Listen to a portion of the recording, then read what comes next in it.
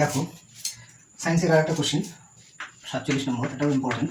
তো দেখো কি বলা আছে, একটি বাল্ব 100 ওয়াটের একটা বাল্ব 220 ভোল্ট উৎসের সঙ্গে যুক্ত করা আছে, বাল্বটির মধ্যে দিয়ে তড়িৎ প্রবাহ কত। তো দেখো আমাদের একটা সূত্র রয়েছে, P equal to V I, ঠিক আছে। তো পি হচ্ছে পাওয়ার মানে বাল্বের ক্ষমতা, ভি হচ্ছে বিভব প্রভেদ, আর হচ্ছে আই হচ্ছে প্রবাহিত তড়িৎ, ঠিক আছে। তো এখানে সব কিছু দেওয়া আছে, আমাদের বের করতে হবে আয়ের মান বের করতে হবে। তো আই ইকুয়াল টু কত হচ্ছে, আই ইকুয়াল টু তাহলে ছাড়া এখানে একবারে মান বসে দেবো। তো পি এর মান এখানে দেওয়া আছে, দেখো পি হচ্ছে 100 ওয়াট, ঠিক আছে।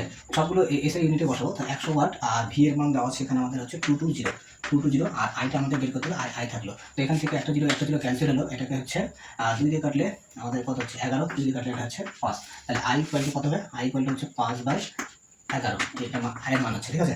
আয়ের মান এটা হচ্ছে। তো এইবার হচ্ছে এটাকে 11 দিয়ে 5কে ডিভাইড করলে কত হবে, 11 দিয়ে হচ্ছে 5কে ডিভাইড করলে প্রথমে 0.0, তারপর 4 বার যাবে, তো 44, তাহলে এখানে হচ্ছে এটা 6 হলো, তাহলে পয়েন্টের জন্য আরেকটা জিরো নেবো। তাহলে 0, এবার হচ্ছে 5 এবং 55, 5 বার যাচ্ছে। তো অপশনের দিকে লক্ষ্য রাখতে লাগবে আমাদের সবসময়। তাহলে 45 হচ্ছে 45, তাহলে বাকিটা দেখা দরকার নেই, 45 মিলে গেছে, আর এটা হচ্ছে 45 সামথিং হবে। তাহলে এটা হচ্ছে আয়ের মান আমাদের কত হবে, 0.45, এটা হচ্ছে আয়ের মান। তড়িৎ প্রবাহ কত, এত অ্যাম্পিয়ার তড়িৎ প্রবাহিত হবে, ঠিক আছে। তো এক্ষেত্রে আমাদের সঠিক আনসার কিন্তু অপশন নম্বর সি হলো কারেক্ট আনসার। তো আমাদের এই অঙ্কটা করতে গেলে আমাদের হচ্ছে ফর্মুলাটা জানাটাই হচ্ছে মোস্ট এসেনশিয়াল, ঠিক আছে। তো এই ফর্মুলা জানা না থাকলে পারা যাবে না। তো নেক্সট হচ্ছে